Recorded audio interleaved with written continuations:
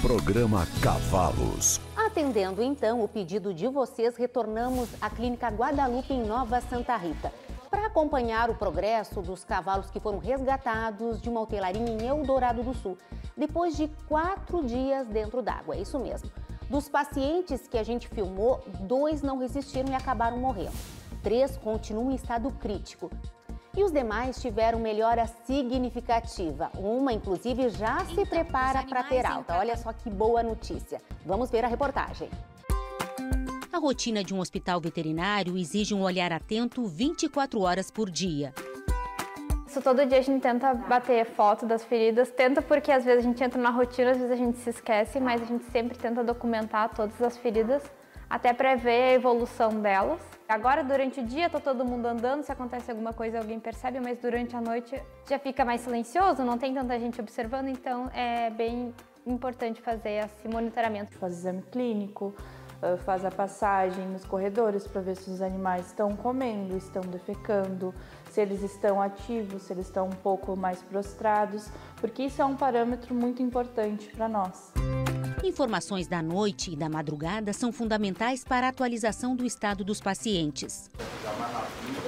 Todas as manhãs, a equipe veterinária faz uma espécie de ronda para a reavaliação de cada caso. Essa avaliação a gente faz diariamente, alguns cavalos mais críticos a gente faz 2, 3 vezes por dia, né? Porque conforme a gente já vinha conversando, Valéria, a gente tem que manter esses cavalos confortáveis, a gente não pode deixar que eles se entreguem também, então a gente consegue reparar em alguns casos a própria fisionomia do animal que muda, a gente consegue diariamente tratando com eles, a gente vê, não, hoje amanheceu um pouco mais apático, hoje está mais ativo, o como come, o quanto se locomove. A atitude do cavalo é uma situação muito particular de cada indivíduo e é uma coisa difícil de se mensurar se a pessoa não tem uma certa experiência. Então a gente sabe quando o cavalo está mais apático, está mais alerta, então a gente tem que ter uma certa sensibilidade para poder ver e pensar se ele está bem ou se ele precisa de algum suporte. Sábado ela caiu, não conseguiu levantar. A gente começou com fenilbutazona, hoje é o 3º dia de fenil dela. E ela estava no firocoxib só, né? E ela estava no firocoxib e amitriptilina. Só que eu sinto que agora, por exemplo, antes com a amitriptilina ela ficava um pouco mais tranquila. Agora parece que não está mudando muita coisa. Bom, eu estou aqui em frente a uma das pacientes que na nossa primeira visita estava em estado muito crítico. Qual a situação da égua Moura hoje, Guilherme? Então, Valéria, é uma das pacientes mais críticas que a gente tem, né? É uma das 3 mais críticas. O principal, assim, o problema dela principal é a laminite. Ele melhorou, porém ele ainda continua com a mesma questão, que é a questão da contaminação e a questão do tecido de granulação exuberante. O cavalo ele tem alguns fatores que acaba desencadeando um tecido de granulação, um tecido a mais do que a gente gostaria, principalmente nos membros, porque nos membros tem pouca musculatura e pouca irrigação sanguínea. Então é mais fácil de desencadear esse tecido de granulação. Então isso a gente tem que ter um cuidado diário com as trocas de curativo, ir avaliando para ver o que essa ferida está precisando naquele momento para não desencadear todo um crescimento exacerbado de tecido. A troca de curativos é necessária, mas extremamente dolorosa. A gente faz uma analogia com feridas de queimadura. A troca do curativo é o momento auge da dor deles, né? Sem cobertura alguma, a pele fica totalmente exposta. A gente tem muito neurotransmissores ali dispostos e dando como se fosse alguns choquezinhos. Então é muito dolorosa, muito dolorosa. Em alguns casos onde a lesão ainda produz secreção, a gaze gruda na pele. E o soro ajuda a umedecer a bandagem. Mas o mais importante são as mãos, a intensidade do toque, o cuidado com que os veterinários encaram esse momento. Então, por exemplo, cavalos que passam dessa primeira fase da cicatrização, onde tem muita supuração, onde sai muita quantidade de líquido e eles conseguem estabilizar, que essa ferida fica um pouco mais seca, digamos assim, a gente começou a espaçar para curativos a cada 48 horas. Antes a gente não conseguia fazer isso por causa da infecção. Porque se a gente deixasse um curativo há 3 semanas atrás, 2 semanas atrás, por mais tempo, no outro dia seria um desastre. A cada troca de curativo é preenchida uma ficha, com a atualização do progresso ou não das lesões. Sem secreção, sem odor. Estavam bem sequinhas. A gente tem uma ficha de tratamento e de observação dessas feridas. E nessa ficha a gente coloca tudo de alteração que a gente enxerga de todos os dias para ver a evolução. Se ontem estava mais, digamos, com um odor um pouco mais forte, se tinha mais secreção. Nessa ficha a gente também coloca as pomadas que a gente vai usar, né? A gente está usando, na sua grande maioria, sulfadiazina de prata com uma pomada à base de gentamicina. Essa concentração inicial era um pouco maior da gentamicina, que é um antibiótico, a sulfadiazina também, mas aos poucos a gente vem substituindo e diminuindo a concentração da gentamicina para mais quantidade de sulfadiazina de prata. A outra pomada é aquela com o mel, que é o Mad Honey, né? Uma pomada só à base de mel, não tem nenhum outro princípio ativo junto com ela. É de uma planta específica e daí ele tem junto nesse mel, ele tem um pouco mais de enzima do que o nosso mel convencional. Então ele tem uns princípios ativos que funcionam um pouco mais na ferida do que o nosso mel tradicional, né? Esse mel aqui, ele passa por um tipo de esterilização, que não é a mesma esterilização do mel que a gente consome no supermercado. Porque o mel que a gente consome no supermercado, ele acaba matando as enzimas que a gente precisa. E o mel que a gente pega em casa não tem essa esterilização, então ele pode vir com outras coisas que podem causar mal. Por exemplo, botulismo.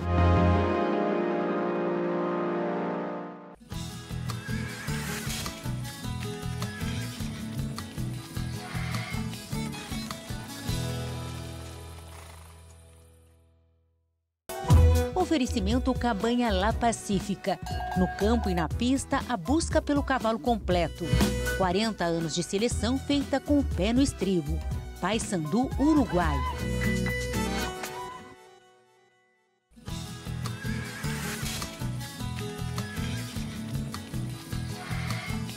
Programa Cavalos. Depois da reportagem, começaram a entrar em contato conosco, os colegas do Brasil inteiro, colegas de fora também, para indicar algumas terapias, né? Para sugerir algumas terapias com base na própria vivência que eles têm. Então, assim, todas essas sugestões são super bem válidas. Eu escutei todo mundo, troquei ideia, conversei, vi relatos, li algumas coisas também que me mandaram, mas a gente precisa seguir um certo protocolo, a gente precisa seguir uma linha de raciocínio com base no que já foi feito, né? Com base no que já tem descrito. Então, hoje, esses animais estão em tratamento com essa linha de raciocínio, essa linha de terapia, e graças a Deus a gente está tendo bons resultados. Por mais que se trate de uma ferida, mas é uma ferida que não é comum, né? A gente não tem cavalos toda hora que ficam submersos por 3, 4 dias dentro da água, né? Temos essa necrose da pele, mas também temos alterações sistêmicas que vêm num combo de toda a situação que eles passaram. Então, a gente não pode fazer dessa situação um laboratório. Então a gente embasa tudo que a gente está fazendo. Obviamente todo mundo quer colaborar com as suas experiências, mas a gente segue uma linha de raciocínio que a gente acredita que já tem relatos e que já tem sucesso no tratamento desse tipo de ferida. É o caso da veterinária brasileira Nick Algair, que tem larga experiência no assunto. Uma das pioneiras da fisioterapia dentro do mundo do cavalo. E, obviamente, muita experiência. Nos Estados Unidos, volta e meia, eles convivem com esse tipo de cenário e talvez das pessoas que hoje trabalham conosco e que tenham mais experiência sobre esse tipo de catástrofe, esse tipo de ferida, seja a Nick. O que vocês acham? Alguns dos animais, o medalha, por exemplo, o medalha me assustava um pouco em alguns momentos. Aí eu comecei a entender, a receber perguntas de meu cavalo, resgatei meu cavalo, estou resgatando cavalos, etc. E eu comecei a enxergar algo que eu já havia visto, que é a Immersion Foot Syndrome, que é uma síndrome que é conhecida como síndrome do pé imerso em humanos. Então eu realmente me senti muito sensibilizada com tudo aquilo, me coloquei à disposição dos colegas e de quem quisesse saber um pouco mais sobre o tratamento, sobre como deveríamos agir com esses animais, porque é uma síndrome, né? Muitas pessoas me procuraram dizendo, estou com um cavalo com tal lesão, me parece... E tá tudo bem, né? Podem ter lesões concomitantes. Me parece uma bronemose, me parece uma pitiose.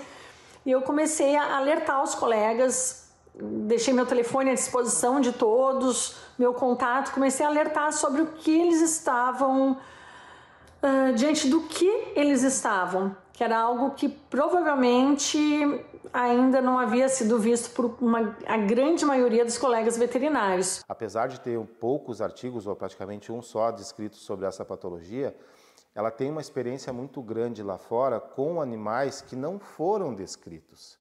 E para que tudo ande bem, a organização é fundamental, a começar pelo que cada paciente deve receber de medicação ou suplementação. A realização dessa tabela, dessa ficha, ajuda a gente a manter as coisas mais em ordem e organizadas. Tudo bem especificado para não dar confusão. Ali naquela mesa a gente estava com suplementos, praticamente, a grande maioria era suplementos e probióticos, se eu não me engano. E isso tudo é porque esses animais, além de eles terem sofrido esse trauma, né, esse momento traumático que foi essas enchentes, eles estão num hospital, um local estranho, onde tem muitos cheiros diferentes, tem cheiro de sangue, tem cavalo relinchando de dor, tem muitos animais, é um ambiente muito estressante para todos eles e eles acabam perdendo peso. E essa perda de peso a gente consegue, além de dar a comida, a ração e a feno, a alfafa, essa suplementação ainda vai dar uma ajudada, porque querendo ou não eles vão perder um pouco de peso. Quem está num centro de atendimento intensivo, goste ou não, tem que lidar com agulhas, não tem jeito.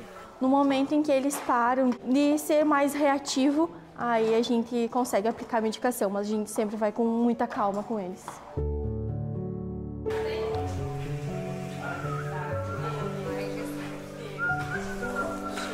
Já no caso da égua moura, que precisa de medicação na veia com frequência, o manejo é outro. Então hoje ela está com acesso central exatamente para facilitar e diminuir as complicações de se manter um acesso venoso por longo tempo, que é principalmente a flebite, né? Inflamação das veias. Exatamente, é uma inflamação da veia jugular, que é onde a gente faz a maior parte das medicações. E quando a gente mantém esse acesso por muito tempo, pode provocar uma trombose, até mesmo fechamento desse vaso, né? A questão da laminite dela, dos cascos, a gente faz um monitoramento radiográfico durante esse período de tratamento, né? Tem o acompanhamento de um especialista, que é o Dr. Carlos Anselmo, que faz um trabalho excepcional com esses cavalos com laminite, e principalmente o monitoramento deles e o manejo desse casco, porque tem que ser muito bem feito.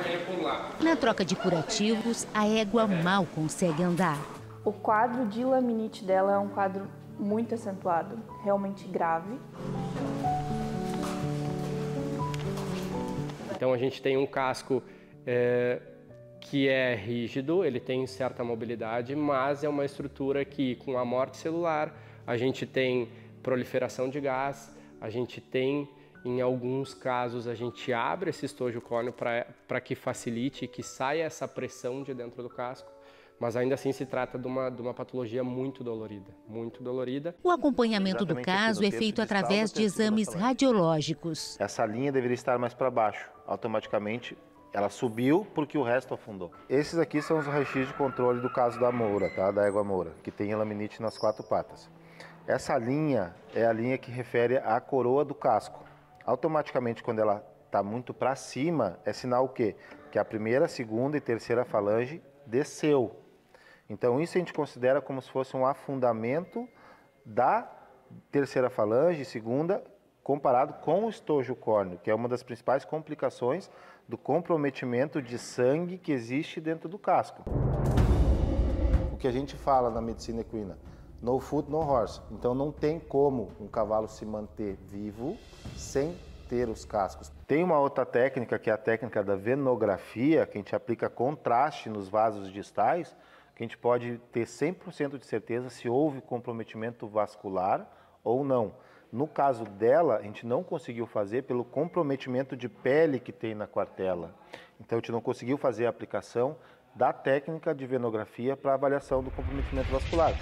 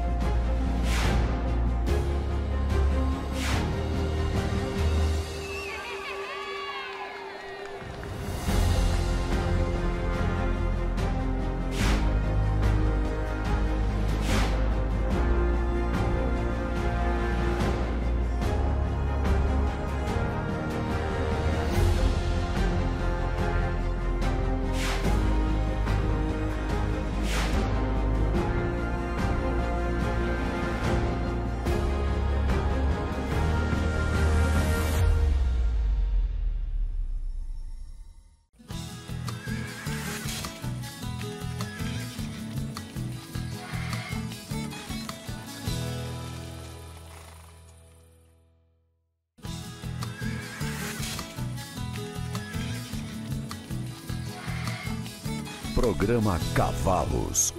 Do primeiro grupo que filmamos, 2 não resistiram. Uma delas foi a égua Rosília, uma morte anunciada. Ninguém te falou ainda, mas o grandão a gente chama ele de anjo da morte, sabia? Não te falaram? Não. Cara, tem um cavalo para morrer, o que tá muito mal, ele fica na frente da cocheira. E dali ele não sai. Se entra um cavalo pro bloco aqui ruim, ele espera ali na porta. É batata, é todos. Não é não tem e um e outro, é todos.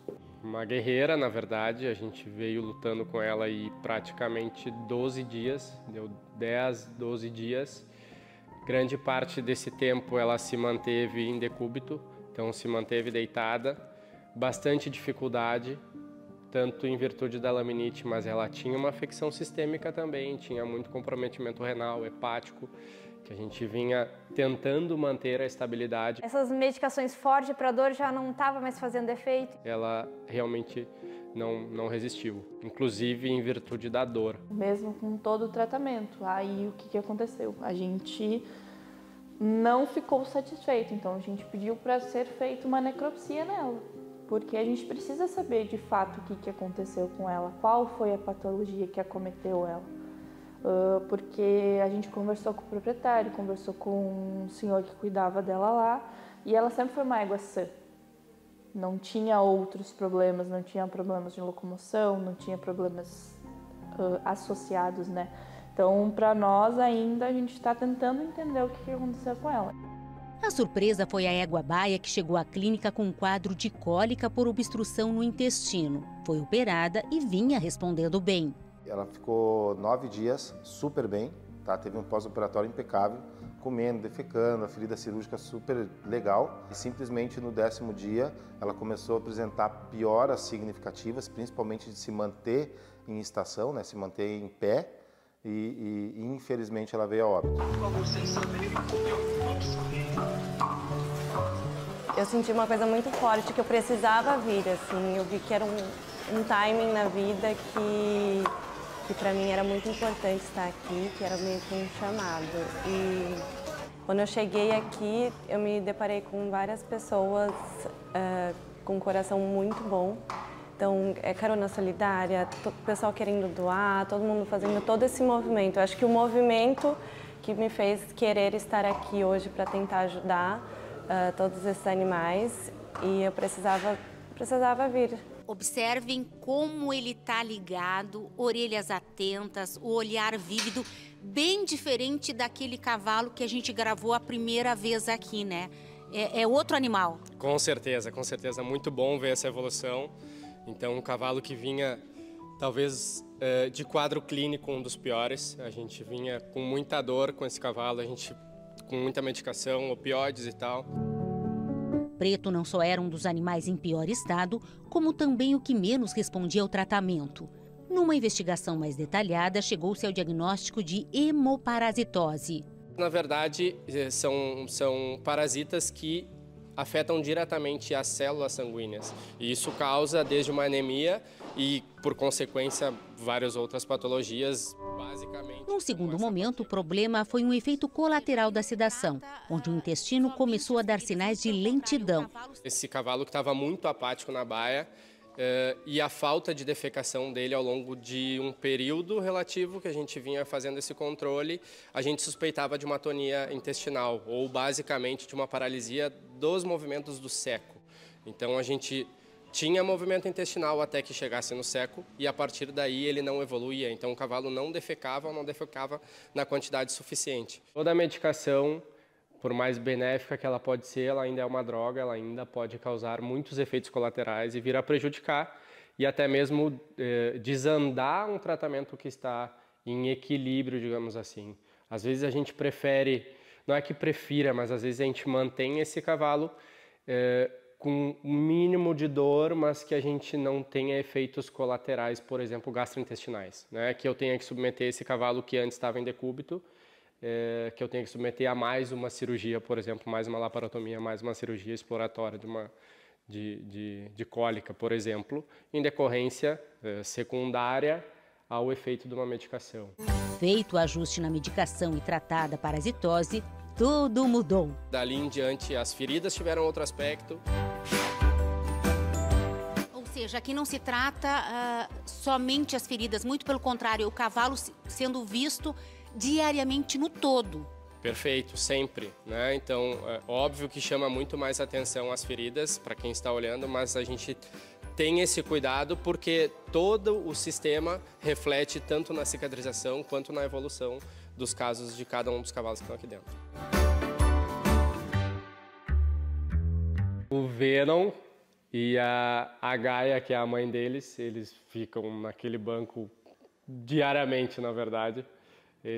Aquele banco é mais deles do que propriamente nosso, então ali, quando eles não podem estar ali, a gente até senta naqueles bancos. É um perigo, na verdade, de deixar qualquer casaco, né? Às vezes, na força do hábito, na correria, vai, tira um casaco, esquentou, coloca em cima do banco, eles tomam conta.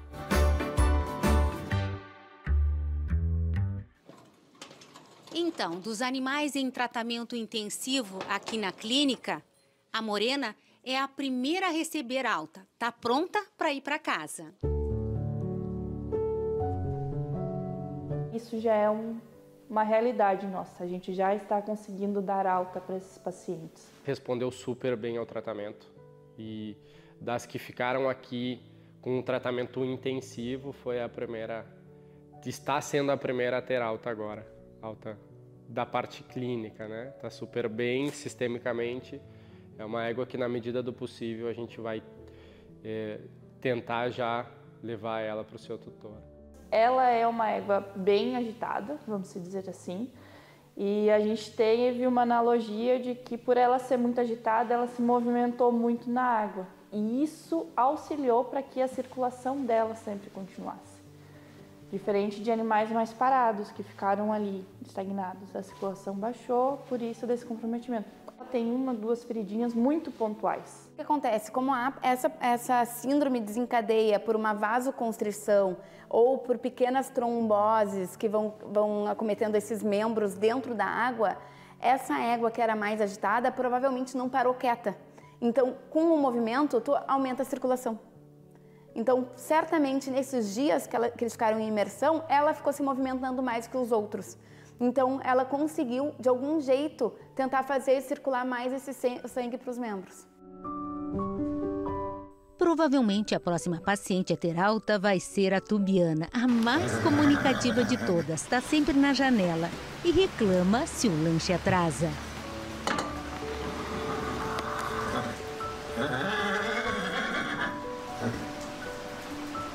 Queridinha aí do pessoal. Ela gosta de ver a movimentação de tudo, sempre na janelinha dela. As lesões dela estão muito bem. Ela em si sempre foi uma égua muito forte, né? Ela tem uma estrutura bem forte, então a saúde dela sistêmica sempre foi muito boa. A gente não foi uma égua que a gente precisou fazer muitas coisas, diferente de outros animais.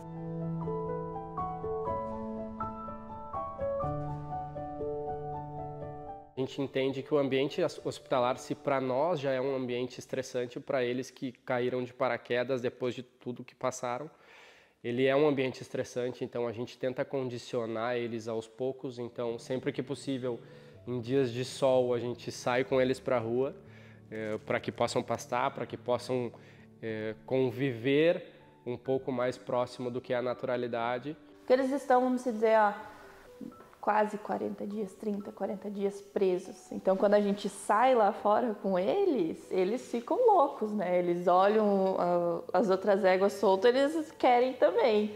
Então, esse prazer também é muito importante que a gente consegue proporcionar a eles, né? Essa liberdade.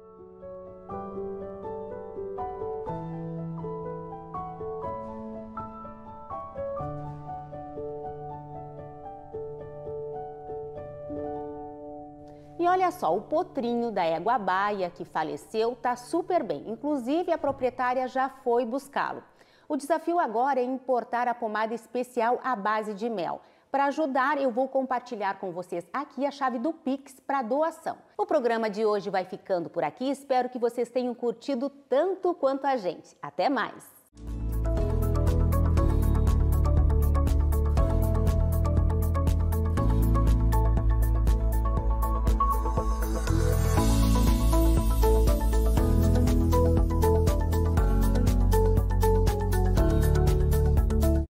Oferecimento Cabanha Calabaça. Há 7 gerações selecionando bons cavalos. Aceguá, Rio Grande do Sul.